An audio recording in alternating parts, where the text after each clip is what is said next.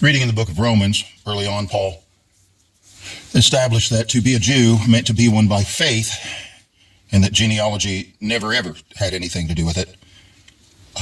The book of Romans, like every other book in the New Testament, is one continuous thought. So if he established that early on, then that is still present in the idea when he gets to this chapter 11. And we jump in the middle here. So I ask, they haven't stumbled so as to fall, have they? Of course not. On the contrary, because of their stumbling, salvation, that salvation in Christ, has come to the Gentiles to make the Jews jealous. Now, if their stumbling means riches for the world, and if their fall means riches for the Gentiles, how much more will their full inclusion mean? Inclusion in the faith of Jesus, not something outside of it. I am now speaking to you Gentiles because I am an apostle to the Gentiles. I am glorifying my ministry so that I may make my people jealous and save some of them, those who come to faith in Jesus. For if their rejection means the reconciliation of the world, what will their acceptance mean but life from the dead? If the first part of the dough is holy, the whole batch is too. If the root is holy, the branches are too.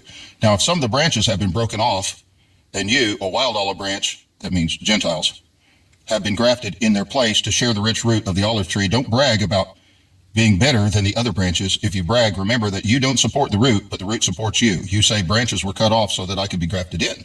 That's right. They were broken off because of their unbelief, and that is unbelief in Jesus Christ. But you remain only because of faith.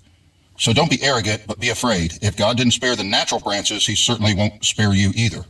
He didn't spare the natural branches because they didn't believe in Jesus Christ. Note then the kindness and severity of God, his severity towards those who fell, but God's kindness towards you, if you continue in his kindness. Otherwise, you too will be cut off. If the Jews do not continue in their unbelief, that is, unbelief in Jesus Christ, they will be grafted in again, because God is able to graft them in. For if you have been cut off from what is natural, a wild olive tree, and contrary to nature have been grafted into a cultivated olive tree, how much easier it will be for these natural branches to be grafted back into their own olive tree.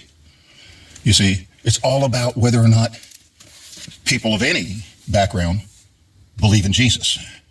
And if the Jews, people happen to come to faith in Christ, they will be grafted back in. But there's nothing in that text that says at some future prophetic time that Israel as a nation will be brought back into God other than their coming to faith in Christ.